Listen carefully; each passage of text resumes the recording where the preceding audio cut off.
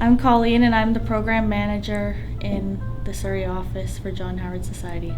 My name is Vishal Kumar. I'm the Senior Manager of Programs with John Howard Society Pacific. I manage the Community Living Services Outreach Program and we support individuals who have developmental disabilities. Before COVID, we were able to get together a lot. We tried to make our programs as inclusive as possible, and we had a lot of different outings that we would do as groups to try to get individuals connected with each other. So we would have staff planning monthly outings where they could get together, and we had a sports day in the summertime for people to come and have a barbecue and participate in different activities. And at holiday times we would have the Christmas event where all of the offices could get together and have a meal together. Since COVID, it's been a lot more challenging to connect in group settings because of all the restrictions that have been put out. And we've had to take precautions when meeting in groups, so we've still tried to maintain these events, but just in safer ways. The project that was funded, the Surrey Cares funding that we received, has been really helpful for us to support not only the individuals that we support, but others in the community for the things they need. The funding that we got, we were able to use to make care packages, hygiene products were given out. We made bags that have hand sanitizers, masks, other things that people may need who are living on the streets. We were given funding to purchase other items such as tents and tarps and sleeping bags. So because of COVID, a lot of the services that they were previously accessing in the community, like different shelters, are harder to get into. So these items were really helpful to be able to give out. We were given funding for transportation vouchers, so if people had medical appointments they needed to get to but were unable to meet with their outreach workers because of different medical concerns, then we were able to give out these vouchers as well. And I've been able to also partner with other agencies within the community and share these resources with them as well.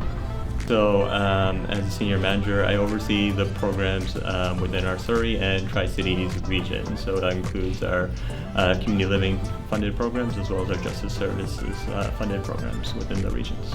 We work with individuals hoping to gain further independence. So whatever that looks like, we're working with them in a client-centered perspective, whether that's housing, personal needs, employment, what have you. We're working in a person-centered lens, regardless of the program that they're in, just to meet their individualized goals. So with regards to this COVID Surrey Cares funding that we received, it was a really great asset in terms of being able to assist individuals within the community. As Colleen mentioned, pre-COVID, a lot of the shelters were really easier to access, I should say, versus during COVID, there's a lot of barriers put up in terms of being able to access limited numbers, what have you. So the funding was really beneficial in terms of being able to provide some of the bare necessities that some of our folks need, especially for the ones without housing. As we all know, within our community, housing is a great need right now. So things such as tents were really valuable, as well as being able to put some of those care packages together to meet those basic needs were truly valuable, and the funding did definitely help quite a bit. We were definitely appreciative of the Emergency Community Support Fund. It really helped us with multiple facets, including we were able to gain counseling services for the staff within John Howard Pacific, which was really great within our Surrey region.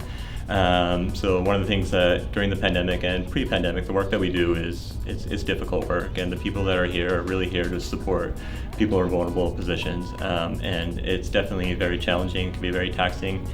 Through the funding that we received, we were able to provide counseling services to our employees, which is completely confidential. So employees had access to a counselor if needed, and like I said, this work is challenging, and then mix in a pandemic on top of it, it is definitely tough days for sure. So we definitely appreciate the option to have a counselor available, and we know staff were really grateful for it, and it was definitely utilized and appreciated. Through the funding we received, access to cell phones is really appreciated, and charging blocks. As we mentioned, during the pandemic, one of the barriers was connecting with a lot of individuals that we worked with. Pre-COVID, it was a little bit easier to connect with them. We were able to go into shelters that were open or various spots that were open.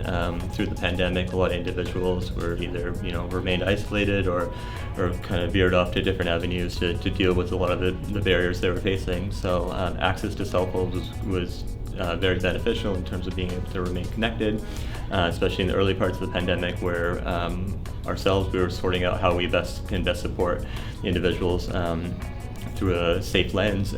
So being able to connect with them via phone was really beneficial to keep that connection and prevent isolation and remain engaged with the individuals we work with.